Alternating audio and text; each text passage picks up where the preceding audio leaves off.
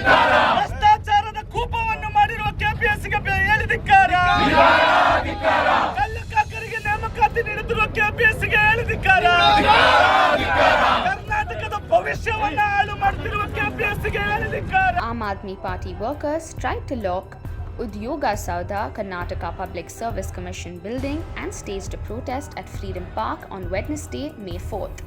The protesters alleged that the BJP government is mired scams with regard to various exams and thus have not been providing adequate employment for youth in the state.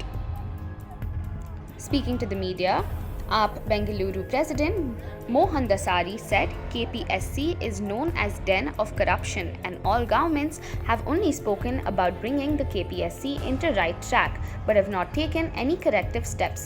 The time is right to unite and show the strength by protesting on behalf of 3 crore youth of this state and against the government which have so far ruled the state.